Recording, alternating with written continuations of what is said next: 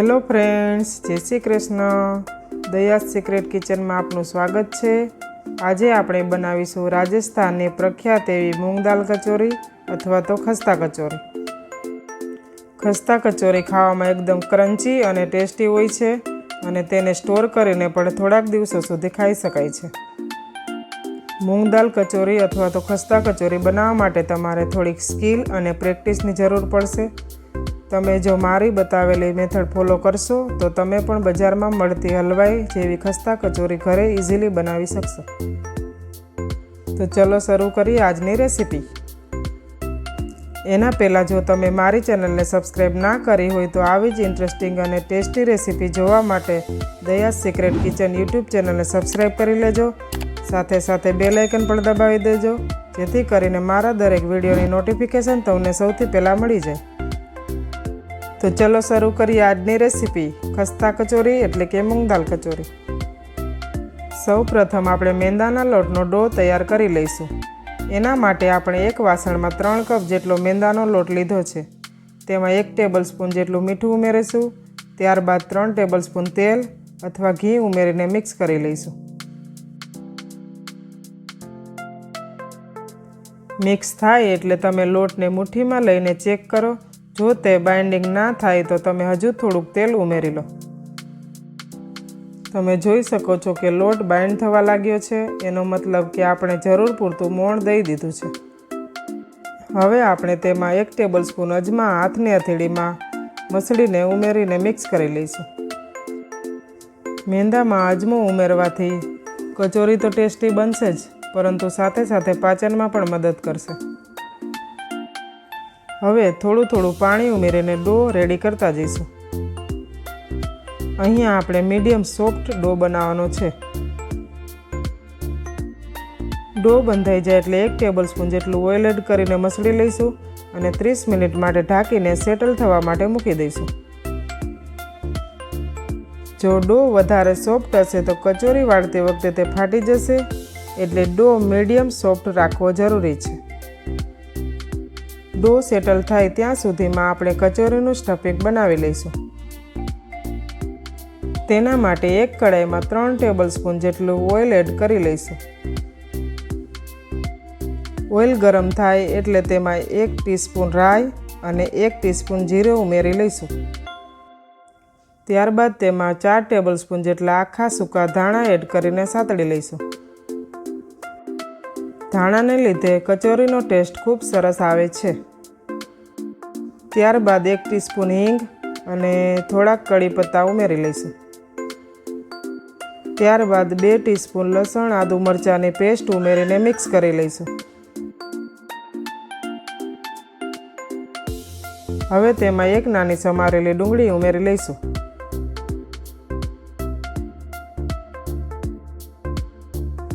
ત્યારબાદ સ્વાદ પ્રમાણે મીઠું અને 2 ટીસ્પૂન હળદર પાવડર ઉમેરીને સાતળી લઈશું।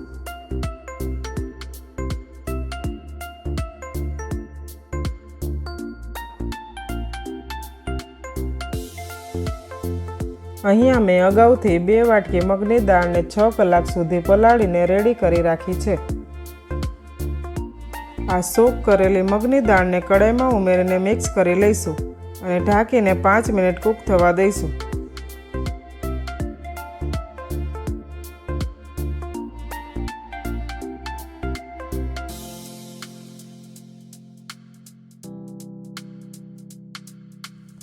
પાંચ મિનિટ થાય એટલે તેમાં 3 ટીસ્પૂન લાલ મરચું, 1 ટીસ્પૂન ધાણા જીરું પાવડર, 1 ટીસ્પૂન ગરમ મસાલો, 1 ટીસ્પૂન ખાંડ અને 1 લીંબુનો રસ ઉમેરીને મિક્સ કરી લઈશું।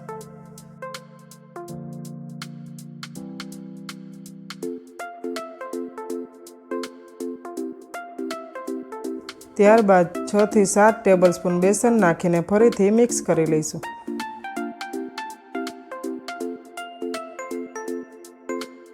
બેસનને લીધે સ્ટફિંગનું બાઇન્ડિંગ સરસ થાય છે। હવે તેમાં થોડુંક પાણી છાંટીને મિક્સ કરી લઈશું અને 5 મિનિટ મીડિયમ ફ્લેમ પર કૂક થવા દઈશું।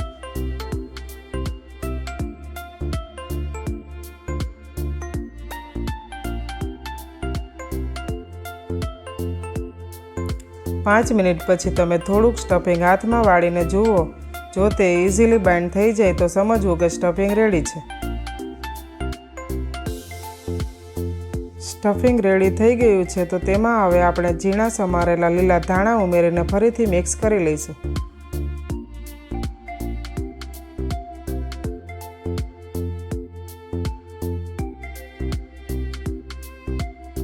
હવે 30 મિનિટ થઈ ગઈ છે તો લોટને ફરીથી અહીંયા બતાવ્યા પ્રમાણે મસળી લઈશું.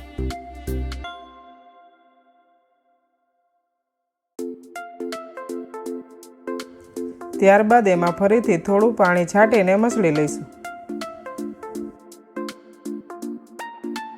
ડો થોડો સોફ્ટ થાય એટલે 1 ટેબલસ્પૂન ઓઇલ નાખીને ફરીથી મસળી લઈશું. અહીંયા ડો વધારે ચીકણો નથી થવા દેવાનો, નહીંતર કચોરી વાળતી વખતે તૂટી જશે અને તે વધારે તેલ એબ્સોર્બ કરી લેશે અને કચોરી ફૂલશે પણ નહીં. એટલે મેં અહીંયા જે રીતે ડો બનાવ્યો છે તે જ રીતે તમારે ડો પ્રિપેર કરવાનો છે.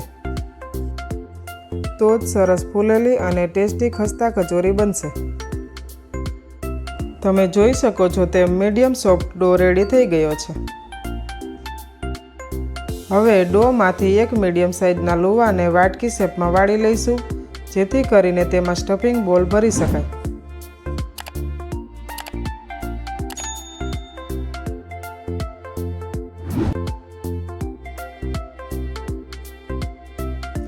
સાથે સાથે એક હાથથી સ્ટફિંગ બોલ વાળી લઈશું.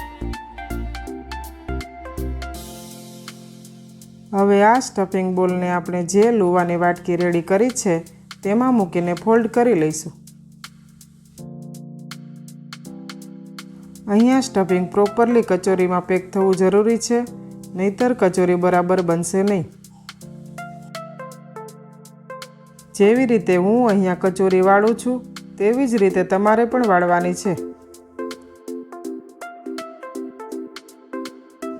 કચોરી વાળવામાં તમારે થોડીક પ્રેક્ટિસની જરૂર પડશે, પણ તમે 2 થી 3 કચોરી વાળશો એટલે તમને ફાવી જશે.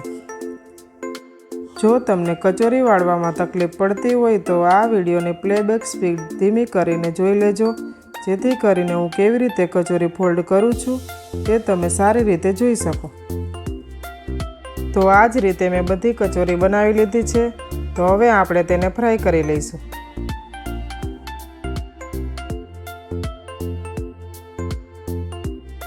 મારી પાસે કઢાઈ નાની છે એટલે હું એક એક કરીને કચોરી તળું છું. જો તમારી પાસે મોટી કઢાઈ હોય તો 3 થી 4 કચોરી પણ એકસાથે મીડિયમ ગરમ તેલમાં તળી શકો છો. અહીંયા તમારે મીડિયમ ફ્લેમ પર અને મીડિયમ ગરમ તેલમાં જ કચોરી તળવાની રહેશે. તેલમાં કચોરી ઉમેર્યા પછી કચોરી જાતે જ ઉપર ન આવે ત્યાં સુધી તેને હલાવશો નહીં. એકવાર ઉપર આવી જાય પછી તમે તેની સાઈડ ધીમેથી બદલી શકો છો.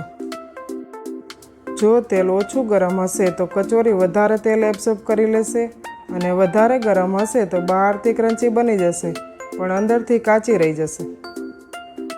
જેમ જેમ ગોલ્ડન બ્રાઉન કલરની સાઈડ થાય તેમ તેમ ધીમે ધીમે પલટીને કચોરીની સાઈડ બદલવાની છે. તમે જોઈ શકો છો કે કચોરી એકદમ સરસ રીતે ફૂલી ગઈ છે અને ગોલ્ડન બ્રાઉન કલરની પણ થવા લાગી છે. એકદમ ક્રન્ચી અને ગોલ્ડન બ્રાઉન કચોરી બની ગઈ છે. તો હવે આપણે તેને એક સ્ટ્રેનરની મદદથી તેલમાંથી બહાર કાઢી લઈશું. આ જ રીતે આપણે બધી જ કચોરી તળી લેવાની રહેશે.